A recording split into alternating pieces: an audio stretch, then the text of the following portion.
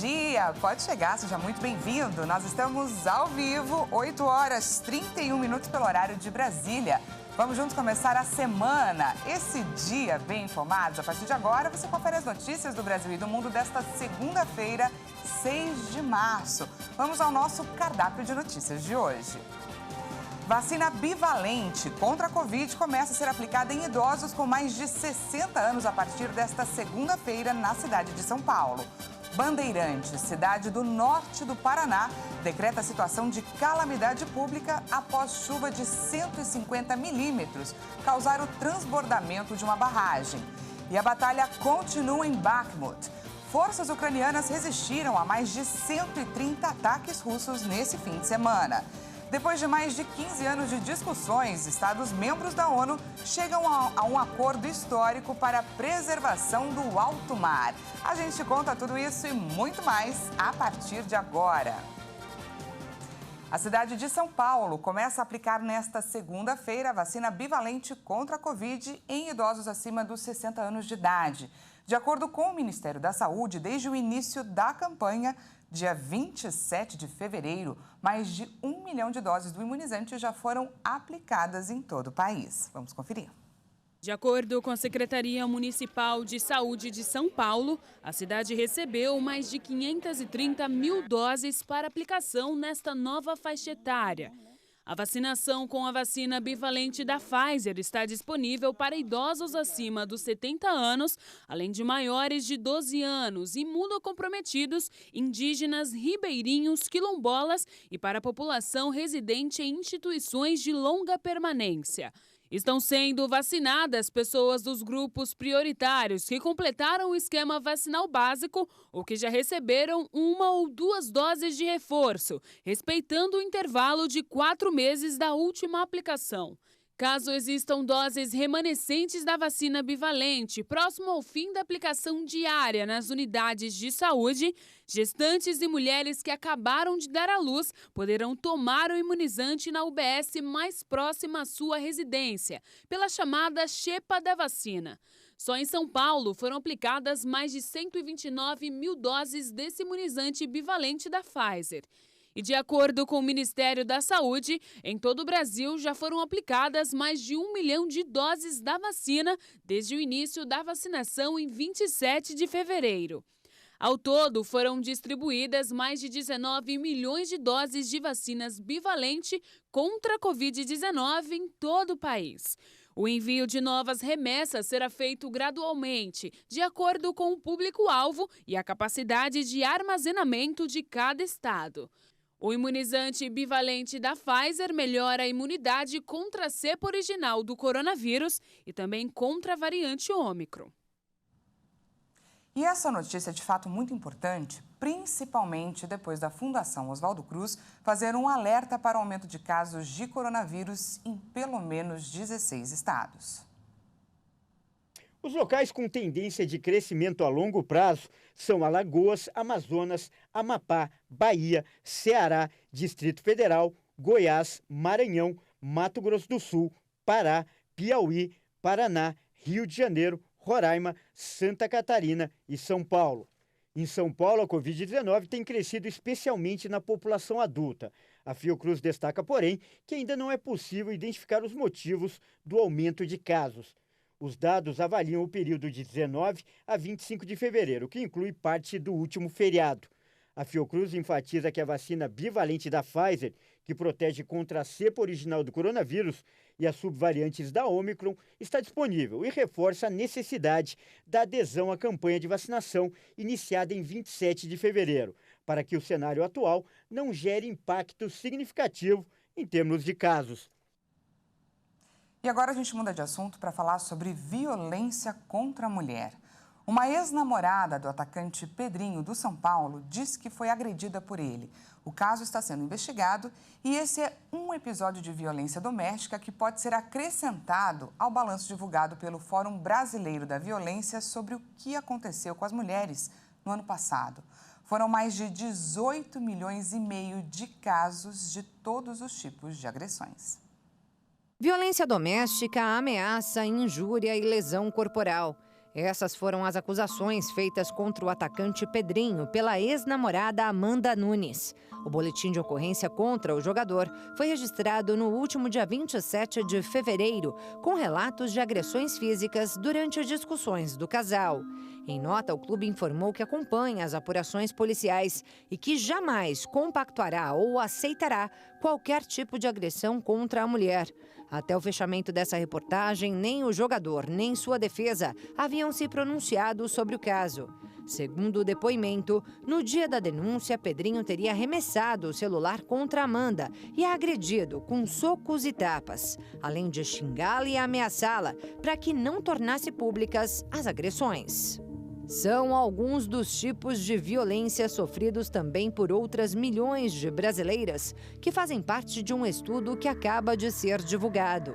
De acordo com a 4ª pesquisa Visível e Invisível, a vitimização de mulheres no Brasil, do Fórum Brasileiro de Segurança Pública e do Datafolha, em todo o ano de 2022, quase 15 milhões de mulheres relataram ter sofrido ofensas verbais, quase 9 milhões perseguição, 8 milhões ameaças, chutes, socos e empurrões, quase 7 milhões e meio.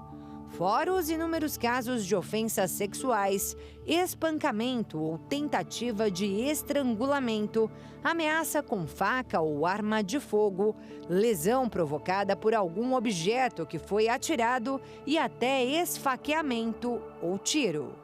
Segundo o levantamento, 18 milhões e 600 mil brasileiras relataram ter sido vítimas de violência em 2022, o maior número da série histórica. Isso quer dizer que a cada minuto, 35 mulheres sofreram algum tipo de agressão física ou verbal no Brasil no ano passado. Só que muitas delas não denunciaram. A ONU, na parte de estudos de violência contra a mulher, já é mundialmente, temos um parâmetro de que as mulheres, quando vivenciam situações de violência doméstica e familiar, elas só tomam coragem de denunciar depois da 7ª agressão sofrida. A delegada afirma que grande parte das vítimas normaliza os atos criminosos para preservar o que acredita ser um relacionamento. Mas o silêncio permite o aumento dos episódios de violência. São crimes que ocorrem na clandestinidade entre o agressor e a agredida. Então, muitas vezes, nós não tínhamos conhecimento desses crimes que estão ocorrendo diuturnamente nos lares. E ainda que haja denúncia por crimes que não deixam marcas visíveis, como ofensas, perseguição ou ameaças, segundo a delegada, a impunidade mantém a rotina de agressões. As penas são pífias, são penas que não dão ensejo a encarceramento, a uma prisão em flagrante, por exemplo. São penas que realmente não dão a certeza do castigo e, principalmente, aquela sensação de justiça não é feita. Por exemplo, uma ameaça, você anuncia que vai praticar um crime muito grave, como um estupro, como uma tortura, como um homicídio, feminicídio. Mas até então, espera-se realmente que se efetive para que aquele que está anunciando a prática desse crime seja realmente punido. Então, é algo que os legisladores urgentemente têm que alterar. Mesmo que essas alterações demorem a ser efetivadas, a delegada alerta que denunciar é a única maneira de minimizar os danos com a aplicação de medidas protetivas. Além das delegacias especializadas nesse tipo de atendimento, o Ligue 180 também é um serviço de utilidade pública essencial para o enfrentamento à violência contra a mulher. É preciso falar sobre, é preciso denunciar. E agora, mudando de assunto, hoje é o último dia para fazer propostas no leilão da Receita Federal com produtos a partir de R$ 200 para empreendedores. Mas atenção que os lances podem ser feitos só até às 20 horas, às 8 horas da noite desta segunda-feira. Este é o último dia para pessoas físicas e jurídicas fazerem propostas de valores para o primeiro leilão do ano da Receita Federal com mercadorias abandonadas ou apreendidas no aeroporto de Guarulhos. Empreendedores interessados no serviço de revenda de produtos podem dar lances em diversos itens por um valor menor do que o praticado no mercado. Os produtos arrematados precisam ser buscados diretamente no aeroporto, que fica localizado em São Paulo. São 66 lotes ao todo, com itens que vão desde perfumes importados até aparelhos eletrônicos. Mas atenção às regras, os primeiros 24 lotes podem ser arrematados por pessoas físicas ou jurídicas. Já os lotes de 25 a 66 são destinados apenas às pessoas jurídicas. Algumas das mercadorias leiloadas foram verificadas por suas respectivas marcas e contam com um selo de autenticidade. Já outras não foram conferidas e não há garantias de que sejam originais. Para participar do leilão, é só acessar o sistema por meio do Centro Virtual de Atendimento ao Contribuinte até às 20 horas de hoje, selecionar o edital do leilão e escolher o lote que deseja fazer o lance. E após uma forte chuva atingir o município de Bandeirantes, no norte do Paraná, uma barragem da cidade transbordou, inundando casas e deixando centenas de desabrigados. A Prefeitura de Bandeirantes, na região norte do Paraná, decretou situação de calamidade pública após uma forte chuva atingir a cidade na madrugada de domingo. Foram mais de 150 milímetros em poucas horas. O grande volume de chuva provocou a cheia de rios e a transposição de uma barragem que fica próximo a áreas urbanas. Imagens publicadas nas redes sociais mostram o nível do rio acima do normal e a força da água invadindo casas e arrastando veículos. Diversos estragos também foram registrados em pontes e estradas da cidade. De acordo com a Defesa Civil, pelo menos 250 residências foram atingidas. O número de desabrigados ainda não foi confirmado. Em nota, o governo local afirmou que existem postos de auxílio da Defesa Civil em escolas do município para prestar atendimento e acolhimento aos moradores.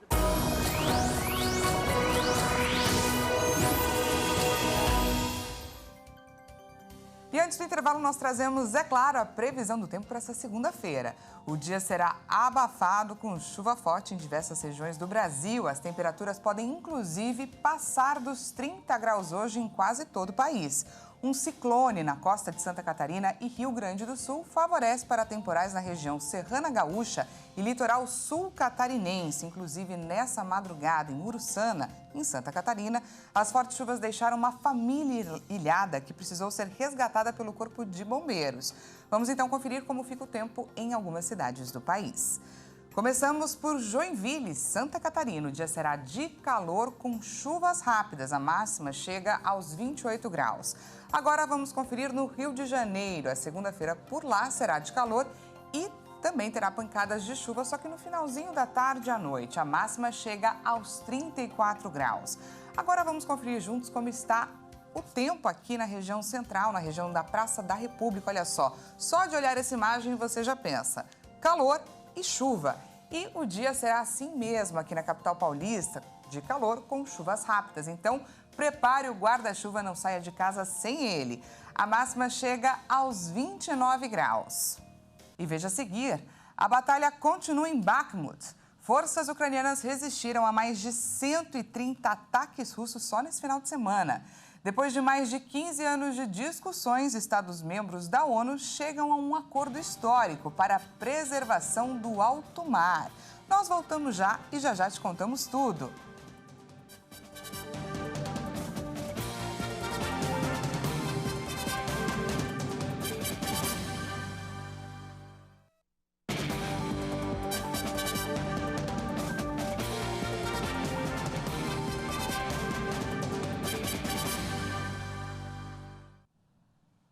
E seja bem-vindo de volta mais uma vez. Nós estamos ao vivo, agora 8 horas 48 minutos pelo horário de Brasília. Voltamos com os destaques internacionais. As forças ucranianas informaram que resistiram durante o fim de semana a mais de 130 ataques russos na tentativa de cercar a cidade de Bakhmut. O exército da Ucrânia informou neste domingo que soldados russos continuam os esforços para cercar a cidade de Bakhmut, mas que conseguiu se defender das ofensivas. O Estado-Maior ucraniano disse ter repelido ao longo do final de semana mais de 130 ataques inimigos em vários locais do fronte, incluindo além da própria Bakhmut, Liman, Kupiansk e Avdiivka.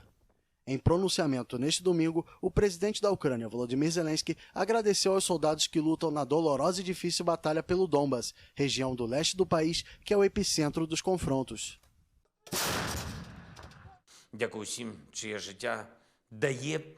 Eu queria agradecer a todos que dão a vida pela Ucrânia. Quero fazer um tributo especial à bravura, à força e à resiliência dos soldados que lutam no Donbas. Essa é uma das batalhas mais complicadas, dolorosa e difícil. O vídeo divulgado via Telegram no sábado mostra o chefe do grupo paramilitar russo Wagner, Yevgeny Prigozhin, anunciando o envio de corpos de soldados ucranianos mortos para territórios controlados por Kiev.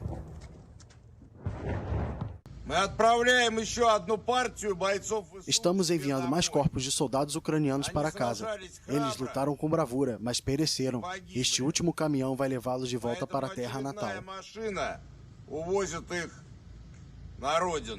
Autoridades informaram que disparos da Rússia atingiram áreas residenciais ucranianas e deixaram pelo menos 5 mortos desde sábado.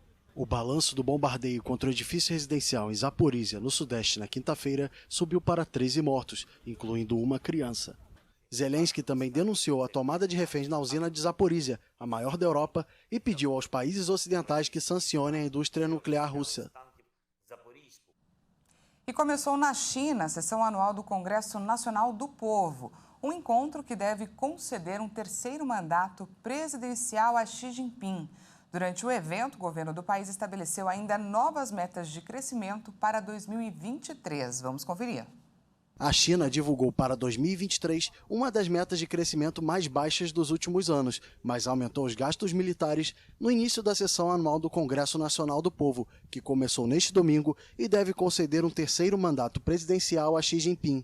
O orçamento da defesa, o segundo maior do mundo atrás apenas dos Estados Unidos, aumentará 7,2% este ano, para o equivalente a 225 bilhões de dólares, mais de R$1 trilhão, que estabelece o maior incremento desde 2019.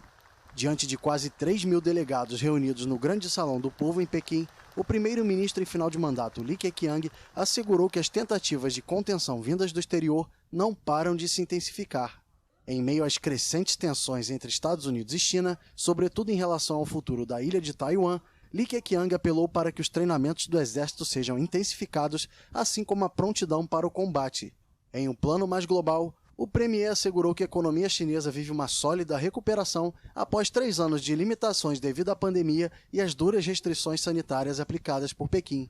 Mesmo assim, a meta de crescimento foi fixada em cerca de 5%, uma das menores em décadas. O produto interno bruto chinês cresceu apenas 3% em 2022, um dos piores resultados em 40 anos, prejudicado por fatores como desaceleração econômica, Covid-19, bloqueios e crise imobiliária.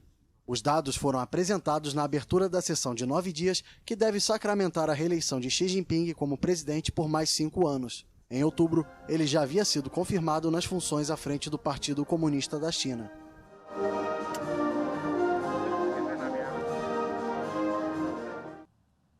Quase 3.500 leões marinhos morreram no Peru com suspeita de gripe aviária. Autoridades emitiram um alerta sanitário e pediram à população para evitar o contato com aves e animais marinhos. Munidos de máscaras e trajes de biossegurança, biólogos estão recolhendo amostras de leões marinhos no Peru. Um surto de gripe aviária pode ter matado 3.487 exemplares da espécie em áreas protegidas desde novembro. Os corpos dos leões marinhos foram encontrados em uma ampla área do litoral peruano, que abarca as costas norte, central e sul do país. Também há registro de 63 mil aves mortas por gripe aviária entre novembro de 2022 e março deste ano. O vírus está afetando países como Bolívia, Uruguai e Argentina. As autoridades peruanas pediram à população que evite qualquer tipo de contato com leões marinhos e aves marinhas que estejam nas praias e áreas rochosas. Diante de registros de casos de gripe aviária em países da América Latina, Santa Catarina tem realizado ações para prevenir que a doença seja registrada no território catarinense, ou seja, aqui no Brasil. E o primeiro-ministro do Japão foi criticado após o partido dele apresentar uma proposta que sugere um alívio da dívida estudantil sob a condição de ter filhos. O governo japonês estuda uma série de medidas para combater a baixa natalidade no país.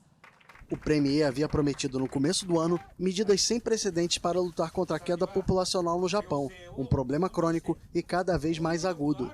O Partido Liberal Democrata de Kishida trabalha em várias propostas sobre o tema, que, segundo a mídia local, serão apresentadas ao governo no fim do mês. A medida que condiciona a redução da dívida estudantil à paternidade, entretanto, gerou uma onda de críticas. Kishida deu poucos detalhes sobre o conteúdo da proposta e insistiu na necessidade de se respeitar um debate livre e vigoroso sobre o tema. A senadora Noriko Ishigaki disse, durante um debate na Câmara Alta do Parlamento do Japão, que exigir um filho em troca de uma redução da dívida estudantil é uma péssima medida para lidar com a baixa taxa de natalidade. Deputado do mesmo partido de Kishida e presidente da comissão que trabalha no assunto, Masahiko Shibayama declarou a uma rede de TV que a medida tinha como objetivo apoiar financeiramente as famílias e não penalizar os lares sem filhos. E olha só que vitória, depois de mais de 15 anos de discussões, os Estados-membros da ONU chegaram a um acordo histórico para a preservação do alto mar. O tratado permite que sejam criadas áreas marinhas protegidas em águas internacionais. Sob aplausos dos delegados, a presidente da conferência, Rina Lee, anunciou que o navio tinha chegado à costa. The ship has reached the shore.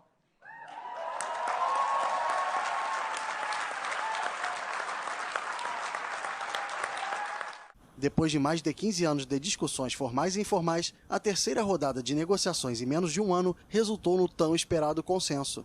O tratado é considerado essencial para conservar 30% das terras e dos oceanos do planeta até 2030, conforme um pacto assinado por governos em Montreal no mês de dezembro. Atualmente, apenas 1% do alto mar está protegido. O alto mar representa mais de 60% dos oceanos, quase metade do planeta, e começa onde terminam as zonas econômicas exclusivas dos países, até um máximo de 200 milhas náuticas da costa. Por esse motivo, não está sob a jurisdição de nenhuma nação.